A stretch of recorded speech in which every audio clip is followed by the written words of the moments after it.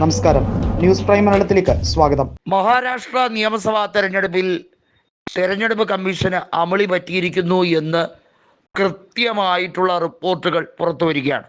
സയ്യിദ് ഷൂജ എന്ന ഒരു വിദ്യാർത്ഥി, അദ്ദേഹം കൃത്യമായി മൊബൈൽ ആപ്പ് വഴി, അതായത് ഫ്രീക്വൻസി ഐസൊലേഷൻ ഉപയോഗിച്ച് EVM ഹാക്ക് ചെയ്യാം എന്നുള്ള കാര്യം സാങ്കേതികപരമായി തെളിയിച്ചിരിക്കുകയാണ്. എന്നാൽ ഇയാൾക്കെതിരെ കേസെടുത്ത് തെരഞ്ഞെടുപ്പ് കമ്മീഷൻ ഇവിടെ അതിനെ അടിച്ചമർത്താൻ ശ്രമിക്കുകയാണ്. സാധാരണഗതിയിൽ തെരഞ്ഞെടുപ്പ് കമ്മീഷൻ്റെ വിശ്വാസ്യതയെ ചോദ്യം ചെയ്യുന്ന ഒരു സാഹചര്യം എത്തിയാൽ അതിനെക്കുറിച്ച് പഠിക്കുകയും അതിൻ്റെ പോരായ്മകൾ കൃത്യമായി മനസ്സിലാക്കുകയും ചെയ്യുന്നതാണ് അതിൻ്റെ ഏറ്റവും വലിയ പരിഹാരം. അത് ചെയ്യുന്നതിന് പകരം ഞങ്ങൾ ശരി മാത്രമേ ചെയ്യുകയുള്ളൂ, ഞങ്ങൾ ചെയ്യുന്നതിലൊന്നും തെറ്റില്ല, അങ്ങനെ വിശ്വാസ്യതയെ തകർക്കാൻ ശ്രമിച്ചാൽ വെറുതെ വിടില്ല, അവരെ നേരിടും എന്നുള്ള ഒരു വൈരാഗ്യ ബുദ്ധിയോടുകൂടിയാണ് മുഖ്യ തെരഞ്ഞെടുപ്പ് കമ്മീഷൻ രാജീവ് കുമാറും സംഘവും ഇപ്പോൾ നീങ്ങുന്നത്.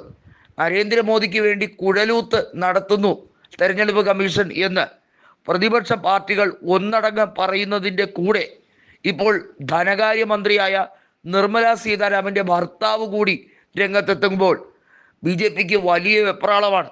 ഒന്ന് ആലോചിക്കണം, ക്യാബിനറ്റ് റാങ്കുള്ള ഒരു മന്ത്രിയുടെ ഭർത്താവ് തന്നെ തുറന്നടിക്കുകയാണ് ഈ രാജ്യത്ത് EVM എന്നത് ജനങ്ങൾക്ക് ഉപകാരപ്പെടുന്നതല്ല, ഉപദ്രവമേ ആകുന്നുള്ളൂ, പകരം പേപ്പർ ബാലറ്റ് സംവിധാനം വികസിത രാജ്യങ്ങളിൽ ഉള്ളതുപോലെ കൊണ്ടുവരേണ്ടതിൻ്റെ അനിവാര്യത വീണ്ടും വീണ്ടും ഉയർത്തിക്കാട്ടുകയാണ്.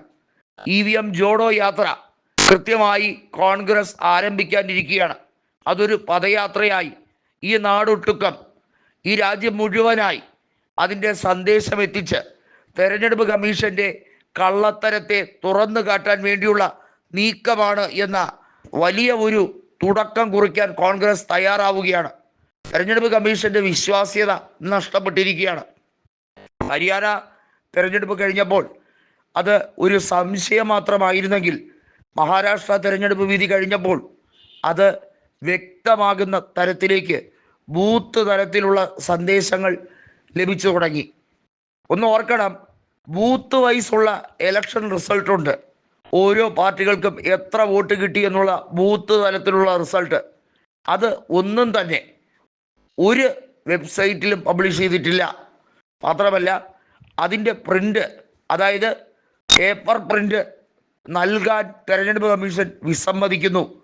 അതായത് ഓരോ റൗണ്ട് വൈസ് ഓരോ നിയമസഭാ മണ്ഡലങ്ങളുടെയും സാധാരണഗതിയിൽ എണ്ണുമ്പോൾ ഉണ്ടാകുന്ന ലീഡും ട്രെൻഡുമുണ്ട്.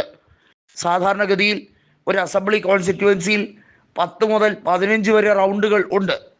ഈ റൗണ്ടുകൾ എണ്ണുമ്പോൾ ഓരോ റൗണ്ടിലും ടാബുലർ കോളത്തിൽ കൃത്യമായി BJPക്ക് എത്ര, കോൺഗ്രസ്സിന് എത്ര, മറ്റുള്ളവർക്ക് എത്ര, ഈ രീതിയിൽ സാധാരണഗതിയിൽ എഴുതപ്പെടാറുണ്ട്. ഇത് മഹാരാഷ്ട്രയിൽ കണ്ടില്ല. അവിടെ മഹായൂതിക്കും മഹാവികാസ് അഘാദിക്കും മറ്റുള്ളവർക്കും കിട്ടിയ എലക്ഷൻ വോട്ടുകൾ എത്രയെന്ന് എണ്ണി തിട്ടപ്പെടുത്താൻ പോലും കഴിയാതെ ഉഴറുകയാണ്. വാസ്തവത്തിൽ ഇത് ചോദ്യം ചെയ്ത ഒരു വ്യക്തിയാണ് അറസ്റ്റ് ചെയ്യാൻ വേണ്ടിയുള്ള നീക്കം. അതായത് തങ്ങൾക്കെതിരെ ഒരു ശബ്ദം വന്നാൽ അതിനെ അടിച്ചമർത്തുന്ന ഫാസിസ്റ്റ് നടപടിയാണ് മുഖ്യ തെരഞ്ഞെടുപ്പ് കമ്മീഷൻ കൈക്കൊള്ളാൻ വേണ്ടി ശ്രമിക്കുന്നത്. എന്നാൽ അവരുടെ തെറ്റ് തിരുത്താൻ അവർ തയ്യാറാകുന്നുമില്ല. കൃത്യമായി പറയട്ടെ, രാഹുൽ ഗാന്ധി ഇപ്പോൾ നിർണായക നീക്കം നടത്തുന്നത് EVM ജോഡോ യാത്രയാണ്. അതിൽ പ്രിയങ്ക കൂടി പങ്കുചേരുമെന്ന് വ്യക്തമാവുകയാണ്. പ്രതിപക്ഷ MPമാർ, അതിനകത്ത് കോൺഗ്രസും സമാജ്വാദി പാർട്ടിയും അതുപോലെ തന്നെ മഹാരാഷ്ട്രയിലുള്ള ഉദ്ധവ് വിഭാഗവും ശരത് പവാർ വിഭാഗവും ഒക്കെ ശക്തമായി ഈ രാജ്യത്ത് പ്രക്ഷോഭം സംഘടിപ്പിക്കാൻ പോവുകയാണ്. ഇന്നേ വരെ കണ്ടിട്ടില്ലാത്ത ഒരു മാസ്മരിക പ്രക്ഷോഭം.